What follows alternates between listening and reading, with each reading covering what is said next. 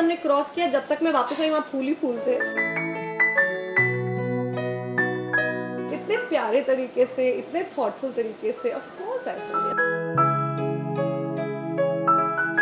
तो बच्चों को ये पता होना चाहिए कि बकायदा शादी हुई। कैसे हुई थी आपकी और निखिल जी की मुलाकात? कहाँ हुई थी, कैसे हुई थी, कब मिले और कब क्लिक हुआ कि he is the right person? हमारी मुलाकात हुई थी पिछले साल, और फिर मुलाकात हुई एक बार बीच में हम मिले एक पार्टी में कहीं, और मैंने देखा ये जो एक पिता बात करते हैं वैसी वाली कॉन्वर्जेशंस पूरी अपनी बेटियों के बारे में वो बात कर रहे थे, और बात करते करते समझ में आया कि पिता बहुत अच्छे हैं, और वहाँ समझ में आया कि वो भी शायद एक तलाश में हैं, और फिर हम टच में रहे, और आई थिंक एज पेरेंट्स पहले एक दूसरे को पहचाना, फिर फैमिलीज़ ने एक दूसरे को पहचाना, फिर बच्चों ने एक दूसरे को पहचाना, फिर लगा कि ये परमुटेशन कॉम्बिनेशन ठीक है, ये हो पाएगा। लेकिन डरे तो अभी भी हम लोग हुए, लेकिन हाँ वैसे कुछ मुलाकात हुई दो पेरेंट्स। किसने प्रपोज किया? ऑफ कोर्स निक ने किया। आ, आ, आई, अच्छा कहाँ किया था? कहाँ किया, हम नेपाल गए थे, और What? एक हाँ मुझे तो उनको बड़ा शौक है ट्रैवल का, और उनके पता नहीं 74th कंट्री थी शायद उनकी, तो उन्होंने बोला न्यू ईयर तो नए कंट्री से शुरू करनी है, तो हम नेपाल गए, और बहुत खूबसूरत है एक्चुअली, नेपाल इज़ ब्यूटीफुल।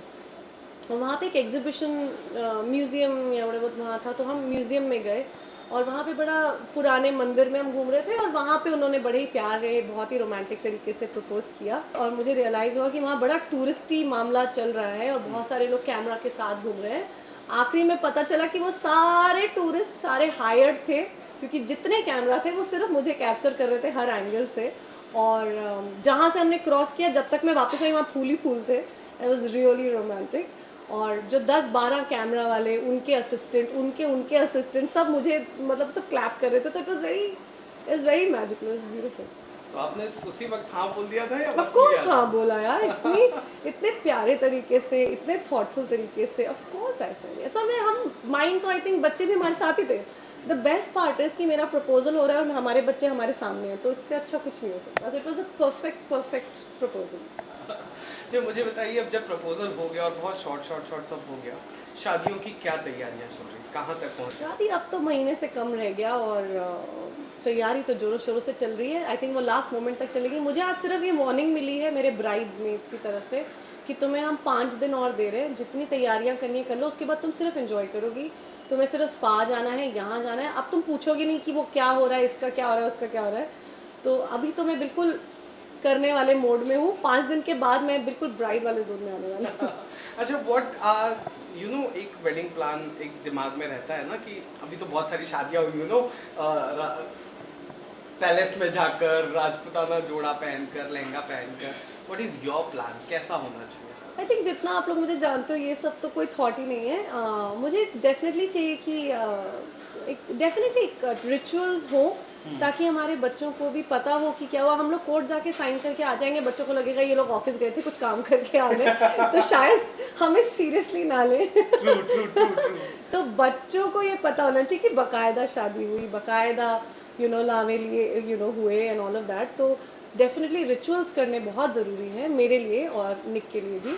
बाकी बहुत छोटी सी ही वेडिंग है, बहुत ही कम लोग, चुनिंदा लोग, और उसमें ऐसा कम ज़्यादा की बात नहीं है। सिंपल, बहुत सिंपल होगा। कोई रजवाड़ा खानदान वाली शादी नहीं होने वाली है, तो ना। नहीं, क्योंकि हमने एक्सपेक्ट कर लिया ना कि भाई फॉरेनर दूल्हा है हमारा, इंपोर्टेड बाराती आएंगे, तो फिर शायद शादी लेविश हो। देखो लैविश तो मेरे दिमाग में तो मेरी यही शादी बड़ी लैविश है, मगर हम लोग दोनों ही बड़े सिंपल हैं। और जैसा मैंने कहा कि ये पेरेंट्स की शादी पहले है, परिवारों की शादी बाद में है, और हमारी बिल्कुल आखिरी में। तो हम सिंपल तरीके से करना चाहते हैं, और बट जैसा मैंने कहा रिलीजन से ज़्यादा जो ट्रेडिशंस है उसको रखते हुए करेंगे शायद। मुझे समझ नहीं आ रहा है कि इसके बाद मैं वापस आपको कब मिलूंगा, कब मिल सकता हूँ? बहुत जल्द, मैं 1-2 महीने में ही आ रही हूँ वापस, कहीं नहीं जा रही मैं।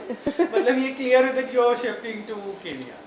यार अब पति वहाँ, घर वहाँ, तो अब जाना तो वही है। अब मैं ऑब्वियसली जा रही हूँ नायरोबी, लेकिन बहुत जल्दी आऊँगी, क्योंकि मेरे कुछ कमिटमेंट्स हो चुके हैं और शूट की डेट्स आने वाली हैं। So I am already excited about coming back to India. So okay, तो क्या वो दूल्हे राजा बारात लेकर यहाँ आने वाले हैं या केन्या में ही होगी शादी? नहीं नहीं, दुल्हनिया को लेने आना पड़ेगा, बकायदा मेरे घर से मुझे ले जाना होगा। ऐसे तो मैं आऊंगी नहीं इतनी आसानी से, तो आएंगे गाजे बाजे के साथ और लेके जाएंगे।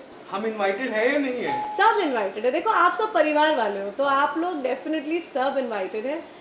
क्योंकि ऑब्वियसली बहुत फैमिली और बच्चे इन्वॉल्व हैं, तो थोड़ा सा कम अटेंशन इस वक्त चाह रहे हैं। और बाकी तो आप लोग तो हर चीज़ में इन्वॉल्व हो गई, वो तो बोलने वाली बात ही नहीं है। ओके।